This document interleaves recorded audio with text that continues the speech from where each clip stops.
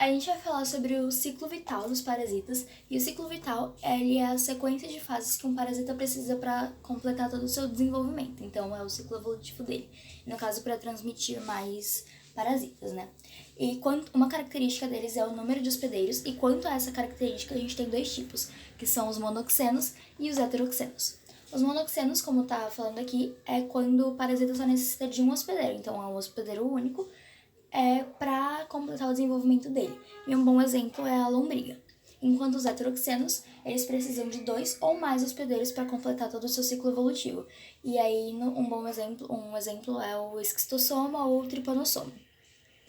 Só que quanto aos heteroxenos, normalmente os parasitas têm uma forma de parasita exclusivo para um tipo de hospedeiro. E aí a gente tem os tipos de hospedeiro, que são os definitivos ou os intermediários. Nos definitivos, os parasitas se reproduzem de forma sexuada e eles se encontram adultos. Enquanto nos intermediários, os parasitas eles se reproduzem de maneira assexuada e eles se encontram na forma larvar. Bom, para exemplificar, a gente vai falar sobre o ciclo do vírus. E só para mostrar agora, assim de primeira, o vírus tem um ciclo monoxeno, visto que ele só precisa de um parasita, né? De um hospedeiro.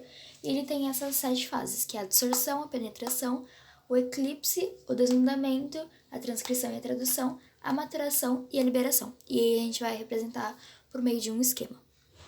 E a primeira fase, ela é a adsorção, que é quando o vírus vai se ligar às membranas da célula hospedeira. Aí depois da adsorção, tem a penetração, que é quando o vírus ele entra nessa célula hospedeira mesmo, ele adentra a célula. Depois tem o eclipse, que é quando ele tá na célula, mas ele tá dormindo, então ele tá adormecido, aí a gente representou ele dormindo. Então, assim, não tem atividade do vírus, né, nessa fase. Depois do eclipse tem o desnudamento, que é quando o vírus ele tira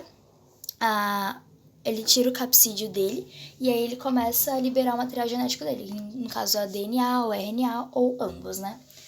Depois do desnudamento tem a transcrição e a tradução, que é quando o vírus ele vai fazer síntese de proteínas, então tem aqui ele tá fazendo as proteínas dele, né?